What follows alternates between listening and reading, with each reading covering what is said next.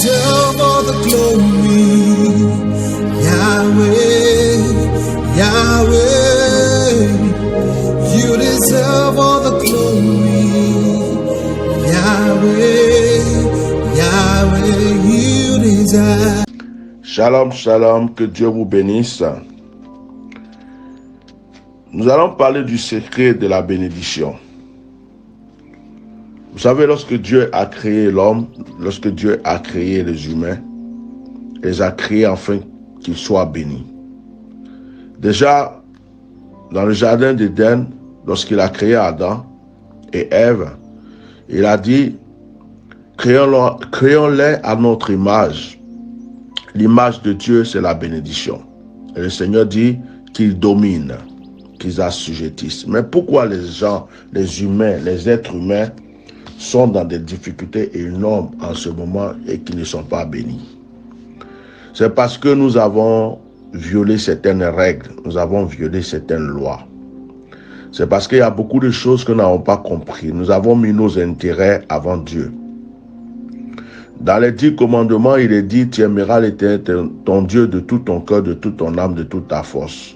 Tu dois aimer d'abord Dieu avant toute chose. C'est par Dieu que tout commence. Lorsque tu mets Dieu en deuxième plan, que tu mets l'œuvre de Dieu en deuxième plan, tu as déjà tout raté. Il faut que Dieu soit le centre de ta vie.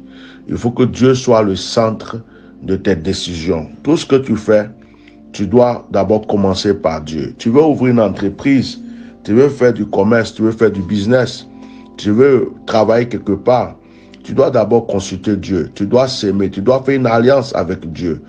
Tu dois te réconcilier avec Dieu. Tu dois demander à Dieu, est-ce que ce que je suis en train de faire et que je veux faire est bien? Est-ce que je dois le faire? Le Seigneur a laissé beaucoup de directives dans la Bible pour nos bénédictions. Nous voyons notre père Abraham que Dieu a appelé, à qui Dieu a dit, je te bénirai et je bénirai ceux qui te béniront, je maudirai ceux qui te maudiront. Quand le Seigneur a appelé Abraham, la première fois que Dieu l'a appelé, la première des choses qu'Abraham a fait, la Bible dit qu'il a bâti un autel. Ça veut dire qu'il a fait une offrande. Il s'est réconcilié avec Dieu. Il a créé une alliance avec Dieu avec son offrande. Partout où Abraham partait, dès qu'il va se déplacer, Abraham bâtit un autel. Lorsqu'il arrive dans le lieu, il bâtit un autel. Il créait toujours des alliances. Ça veut dire quoi? Chaque décision qu'Abraham faisait, il ne la faisait aucunement sans bâtir un autel.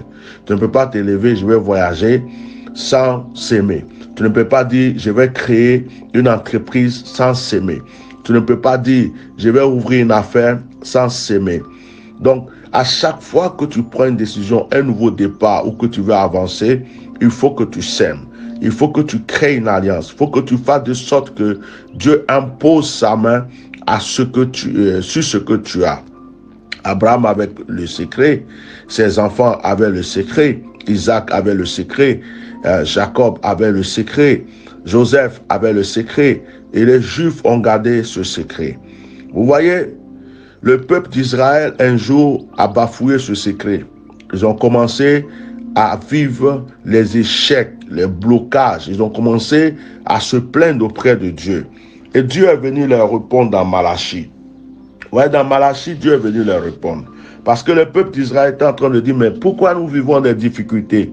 Pourquoi nous vivons des épreuves? Pourquoi est-ce que nous prions, mais rien n'avance? C'est comme des gens qui disent, mais je vais à l'église, mais rien n'avance.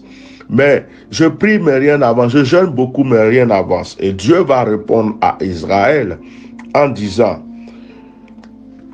il dit, dans le verset 7 de Malachie, il dit, depuis le temps de vos pères, vous êtes écartés de mes ordonnances. Vous ne les avez point observées. Revenez à moi, je reviendrai à vous, dit l'Éternel des armées. Et vous dites, en quoi devons-nous revenir? En effet, les enfants d'Israël ne savaient pas que c'était un problème d'offrande et de dîmes. Donc il dit, mais en quoi est-ce que nous, on doit revenir? On prie tous les jours, je jeûne, je vais à l'église, je suis fidèle, je suis baptisé, je suis confirmé. Qu'est-ce qui se passe dans cette histoire? Et Dieu dit dans le verset 8, un homme trompe-t-il Dieu? Car vous me trompez et vous dites, en quoi t'avons-nous trompé? Dans les dîmes et les offrandes. Vous voyez, Dieu dit qu'il le trompe. En fait, le fait de ne pas faire tes offrandes, le fait de ne pas payer tes dîmes, de ne pas faire des offrandes, Dieu dit que tu le trompes, tu le voles, tu l'escroques. Ça, il faut le comprendre. Quelle que soit l'église où tu es, que tu aimes ton pasteur, que tu n'aimes pas ton pasteur, que tu aimes ton ancien, tu n'aimes pas ton ancien. Il dit, si tu n'es pas fidèle dans tes offrandes et tes dîmes, tu es en train de le tromper, tu escroques Dieu, tu voles Dieu. Et Dieu dit, vous êtes frappés par la malédiction et vous me trompez. La nation tout entière, et vous tous, vous me trompez. Il n'y a pas quelqu'un qui est fidèle. Apportez à la maison du trésor toutes les dîmes afin qu'il y ait de la nourriture dans ma maison. Mais la maison du trésor, c'est quoi? C'est là où vivent le prêtre, le pasteur, c'est là où vivent ceux qui servent Dieu. Il y a des pauvres, il y a des orphelins, il y a des misérables. Mais c'est là, Dieu dit, apportez vos dîmes, vos offrandes, pour que mon œuvre avance. Apportez vos dîmes et vos offrandes, pour que mon œuvre avance, pour que mon œuvre évolue. Voilà ce que Dieu dit aux enfants d'Israël. Vous voyez? Et il dit, mettez-moi de la sorte à l'épreuve. Mettez-moi de la sorte à l'épreuve, dit Dieu. De la sorte à l'épreuve, dit l'Éternel des armées, et vous verrez si je n'ouvre pas pour vous les écus des cieux, si je ne répands pas sur vous la bénédiction en abondance. Pour vous, je menacerai celui qui dévore, et il ne vous détruira pas. Les fruits de la terre et la vigne ne sera pas stérile dans vos campagnes, dit l'Éternel des armées. Toutes les nations vous diront heureux, car vous serez un pays de délices, dit l'Éternel des armées. Donc, vous allez fouiller votre Bible, de l'Ancien Testament au Nouveau Testament. C'est la première fois que Dieu demande à des gens de le mettre à l'épreuve. Et c'est la première fois que Dieu dit à des gens qui les trompent. Vous voyez, ça concerne les offrandes et les dîmes. Donc, quand des personnes disent, mais la dîme, ce n'est plus d'actualité, tout ça, Dieu dit, lorsque tu ne payes pas, tu le trompes. Lorsque tu ne payes pas, tu le trompes. Et il dit, mets-moi à l'épreuve. Essaye, tu vas voir. Et tu sauras que c'est le secret de la grâce et de la bénédiction. Écoutez-moi très bien. Lorsque le Seigneur a maudit la terre dans le jardin d'Éden, la terre était maudite et le Seigneur a dit, c'est à la sueur de notre front que nous allons manger. C'est à la sueur de notre front que nous allons recevoir des choses. Mais la terre était maudite. Alors lorsque tu reçois quelque chose, la dîme c'est quoi? C'est la partie de la malédiction que tu retires dans tes trésors. Donc si tu ne retires pas la 10e partie, la partie de malédiction qui est dans tes trésors, ça veut dire que tu as eu 1 million, mais dans tes 1 million, il y a la malédiction dedans parce que tu n'as pas retiré ce qui est malédiction pour donner à Dieu. La partie de la malédiction, tu ne peux pas la garder. Il faut que ça aille entre les mains de Dieu. Donc, tu as 100 000, la dîme, c'est, je crois, 100 divisé par 10, à toi de faire ton calcul, c'est 10 000. Vous voyez? Donc, vous voyez, quand vous avez, par exemple, 10 000, la dîme, c'est quoi? C'est pas beaucoup. La dîme, c'est la 10e partie. Tu retires la 10e partie. Tu enlèves juste ça pour Dieu. Si c'est pas beaucoup, tu peux augmenter. Et puis, tu donnes ça à l'homme de Dieu. Tu donnes celui qui prie pour toi, celui qui te bénit, l'église où tu es fortifié, l'endroit où tu es béni, l'endroit où tu es fortifié, là où tu es nourri spirituellement. Si c'est le bishop Melchisedec qui t'apporte la nourriture, si c'est sa prière qui t'amène dans l'élévation, si c'est ta prière qui te nourrit, tu es obligé de lui payer ta dîme. La dîme, ce n'est pas une offrande. La dîme n'a rien à voir avec l'offrande. L'offrande peut être volontaire comme l'offrande peut être décrétée par révélation. L'offrande, c'est quelque chose qui vient du cœur, selon les moyens ou selon une révélation, un décret. Mais la dîme, c'est comme l'impôt que tu payes. La dîme, tu es obligé, ce que tu reçois, tu dois retirer la 10e partie de ce que tu reçois. C'est tellement biblique. Il n'y a pas une histoire de Nouveau Testament, d'Ancien Testament. Il n'y a pas histoire de c'était avant, maintenant on ne fait plus ça. Tout ça, c'est du blablabla. S'il vous plaît, il y a beaucoup de choses de l'Ancien Testament que nous faisons encore aujourd'hui. Il y a beaucoup de choses de l'Ancien Testament que nous respectons. Nous respectons les 10 commandements. Nous respectons beaucoup de choses de l'Ancien Testament. Nous continuons de dire l'Éternel des armées, Jéhovah Jireh. Nous respectons des choses de l'Ancien Testament quand ça nous arrange. Donc nous n'allons pas venir dire aujourd'hui que parce que nous ne sommes plus dans l'Ancien Testament, nous n'allons pas respecter la dîme. Si nous respectons tout ce qui est dans l'Ancien Testament, nous devons respecter la dîme. Frère, ne jouez pas avec les offrandes. Isaac voulait bénir son fils Ésaü. Il dit à son fils, va préparer le mets que j'aime que je mange. Quand je serai rassasié, je te bénirai. Et il envoie son fils dans la forêt chercher le gibier, alors qu'autour d'eux, il y a les moutons, autour d'eux, il y a les poulets et tout ça. Mais il voulait manger un gibier. C'est ce que l'homme de Dieu désire là. C'est ce qui va réjouir son cœur et l'onction va descendre sur toi. Donc arrêtez de croire que vous pouvez faire votre propre volonté et recevoir la bénédiction. Le secret de la bénédiction, c'est de s'aimer dans la bonne terre. C'est de donner là où ça produit des grâces. C'est de donner là où la bénédiction va surgir dans ta vie. Je vous donne quelques versets concernant la dîme avant même de terminer ce message. J'aimerais que vous notez bien ces versets. Vous voyez, la dîme, c'était une tradition juive. C'est pas quelque chose qui a commencé comme ça. Prenez Deutéronome chapitre 14, verset 22. Vous verrez que notre père Abraham, avant même que le Seigneur lui donne son fils Isaac, il a été obligé d'aller voir Melchisédek et payer la dîme à Melchisédek. C'est lorsque Melchisédek a prophétisé sur la vie d'Abraham que les choses se sont passées. Écoutez-moi très bien. Lorsque Melchisédek a prophétisé, donc toi, un homme de Dieu prie pour toi, les choses avancent dans ta vie. Dieu t'a promis beaucoup de choses, mais tu ne payes pas la dîme. Mais tu payes des factures, tu payes les impôts à ton gouvernement, tu payes tout ce qu'il faut, tes factures de téléphone et tout. Mais là où tu es nourri spirituellement, là où tu es protégé spirituellement, tu ne payes pas ton impôt spirituel, tu ne payes pas la dîme. La dîme est un impôt spirituel, il faut le payer. Tu ne payes pas la dîme, les démons t'accusent. Même si tu fais beaucoup d'offrandes, que tu ne payes pas la dîme, les démons vont t'accuser, ils vont te semer des blocages dans ta vie. Je conseille tous ceux qui prient avec moi, qui croient à mon onction, qui bénéficient de mon onction, de commencer cette année-là à payer leur dîme. Chaque mois, quand il y a quelque chose, ou à chaque instant que tu as quelque chose, retire ta 10e partie, ça ne t'appartient pas. Retire ta dîme, paye ta dîme. Sinon, tu voles Dieu, tu pèches contre Dieu. Ne dis pas, j'ai déjà fait des offrandes. Ne dis pas, j'ai déjà fait des offrandes. Les offrandes vont servir. Non, non, non, non. Paye ta dîme, paye ta dîme. Tu ne payes pas ta dîme, Satan t'accuse, c'est un accusateur. Il a accusé Job, il va continuer à t'accuser. Alors je vous donne les passages. Deutéronome chapitre 14, verset 22. Genèse chapitre 14, 18, 20. Genèse 14, 18, 20. Vous verrez pour Abraham. Dans Deutéronome 14, 22, vous verrez que c'est une tradition juive. Dans Genèse 14, 18, 20, vous voyez qu'Abraham a payé la dîme. Jacob, le fils d'Abraham, a promis aussi la dîme à l'Éternel en disant à Dieu que si Dieu le bénit, il va payer sa dîme. Vous allez voir dans Genèse chapitre 28, versets 20 à 22. Genèse 28, 20 à 22. Vous voyez, la dîme est là pour le soutien des serviteurs de Dieu. La dîme est là pour faire avancer l'œuvre de Dieu. Vérifiez dans Nombre, chapitre 18, verset 20 à 21. Les Lévites avaient besoin de la dîme. Quand tu ne payes pas la dîme, c'est que tu veux appauvrir la maison de Dieu. Et Dieu déteste cela.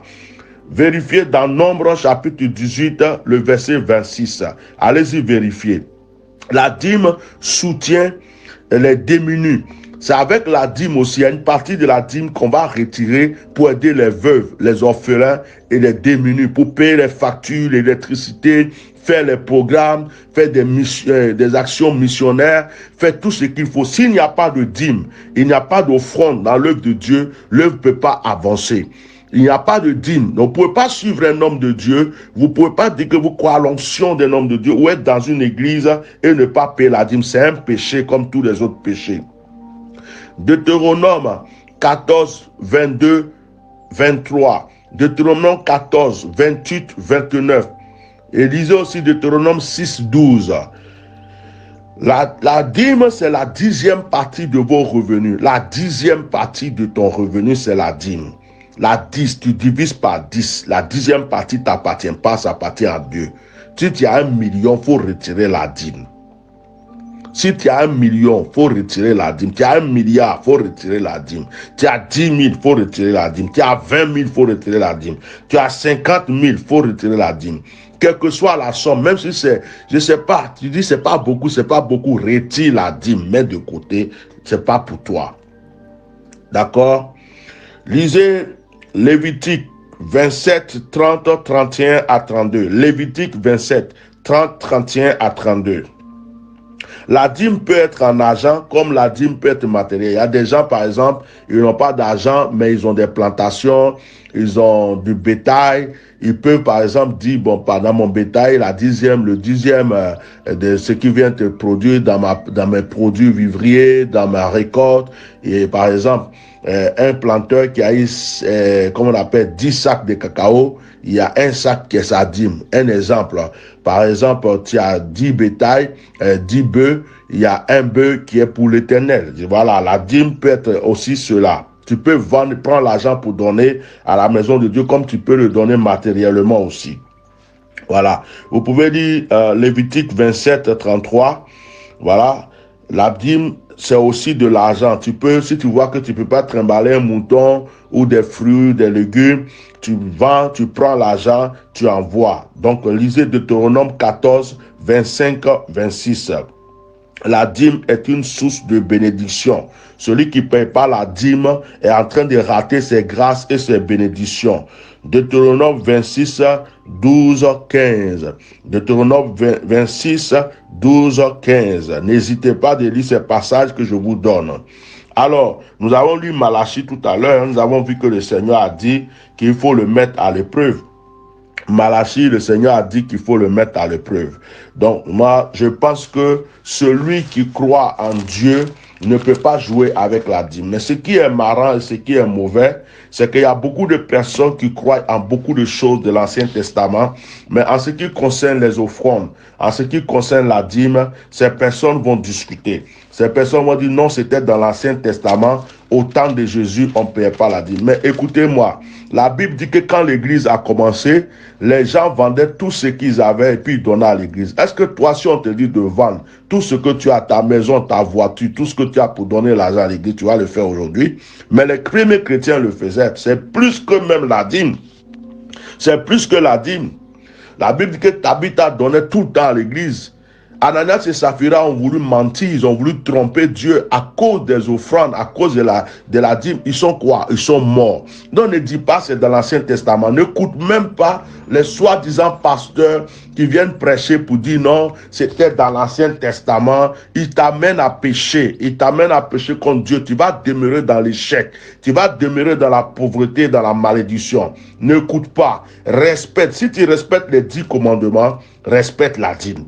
Si tu respectes certaines choses, certaines paroles bibliques, que tu respectes des versets de l'Ancien Testament, que tu respectes, il faut aussi respecter en ce qui concerne la dîme et les offrandes. Dieu tient à ça. Il dit, vous me trompez quand vous ne le faites pas. Il dit, vous êtes frappés par la malédiction quand vous ne le faites pas. Et il dit, mettez-moi aussi à l'épreuve. C'est écrit dans Malachie chapitre 3, versets 7 à 10. Lisez Néhémie chapitre 13, 10. Lisez aussi Néhémie chapitre 13, 10. D'accord?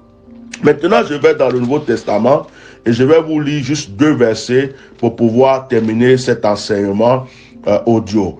Écoutez, lisez Romains chapitre 12, le verset 8. Alors, je lis avec vous. Romains 12, verset 8 dit, « Et celui qui exhorte à l'exhortation, que celui qui donne le fasse avec liberté, que celui qui préside fasse avec zèle et que celui qui pratique la miséricorde le fasse avec joie. » Regardez dans ce verset, il dit, celui qui exhorte le fasse. Celui qui exhorte, c'est le prédicateur, c'est moi, c'est le prophète, c'est l'homme de Dieu. Et puis il dit que celui qui donne le fasse.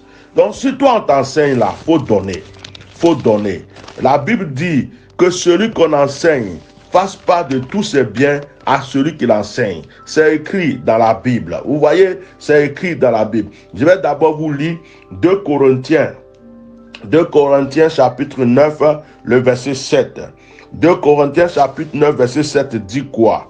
2 Corinthiens 9, 7, nous allons le lire ensemble. Nous allons lire à partir du verset 6. Sache-le, celui qui sème peu moissonnera peu.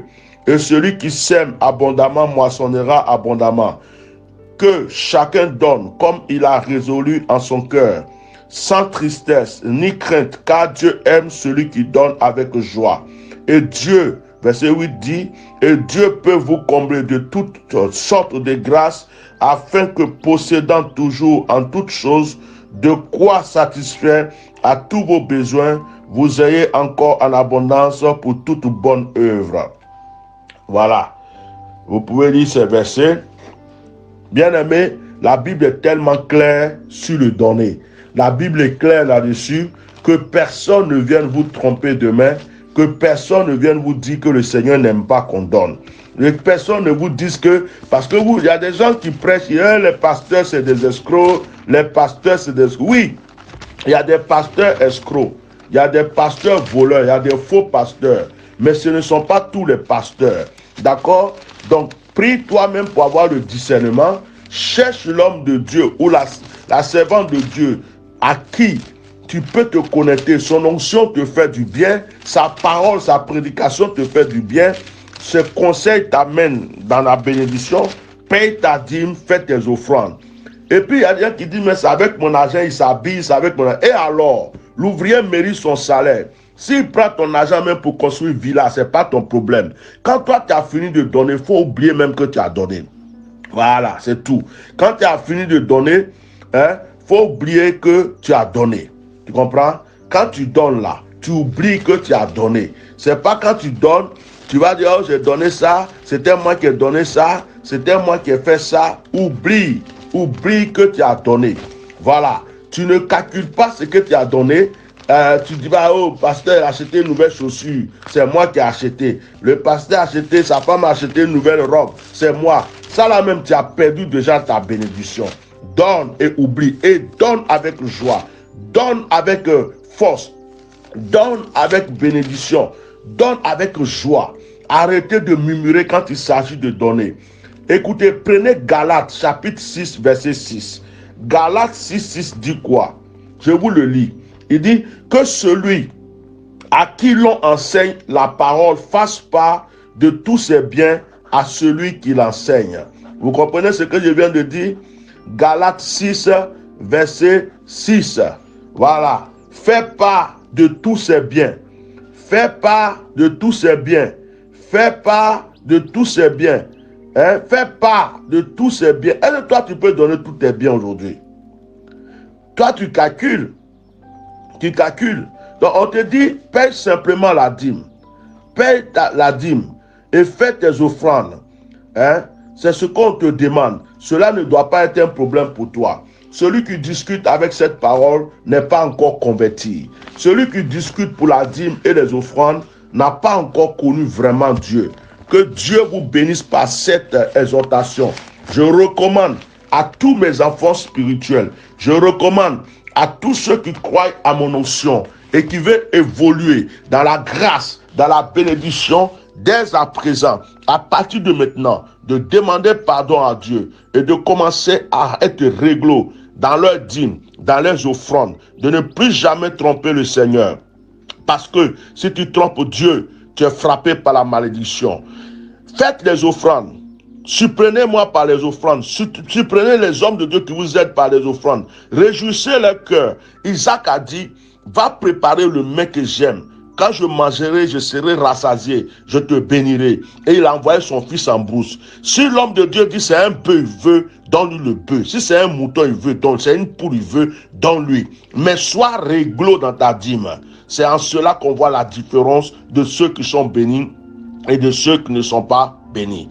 Que le Seigneur bénisse cette parole. Je vais prier pour vous. Seigneur, je prie pour tous ceux qui ont entendu ce message. Que ta grâce les environne, que ta puissance les environne et continue à les enseigner par la force du Saint-Esprit afin que tes enfants rentrent dans les grâces et dans leurs bénédictions au nom de Jésus-Christ de Nazareth. Amen.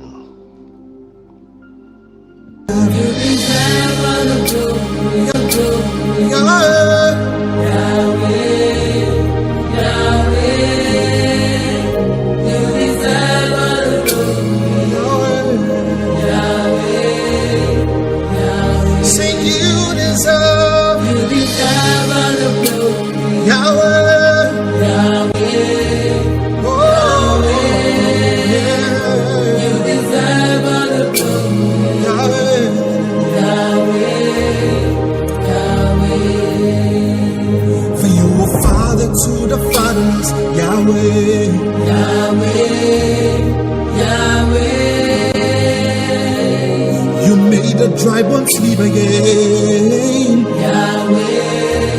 Oh, and you picked me from the mountain, Yahweh.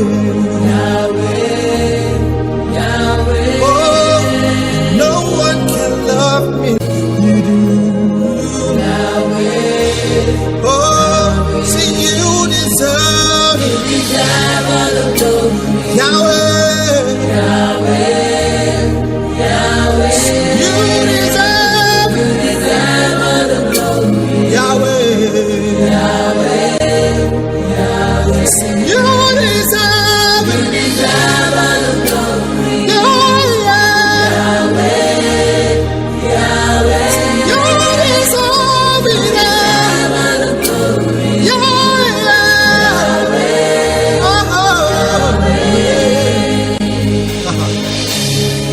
God of wonders,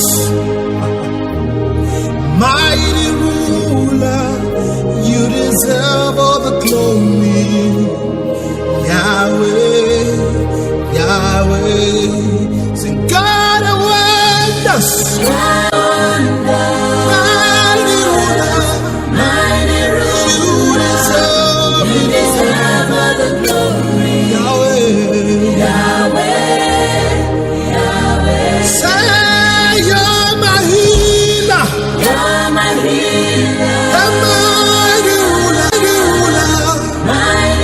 you deserve it all, Yahweh, lift it up, say my provider, the mighty ruler, you deserve it all.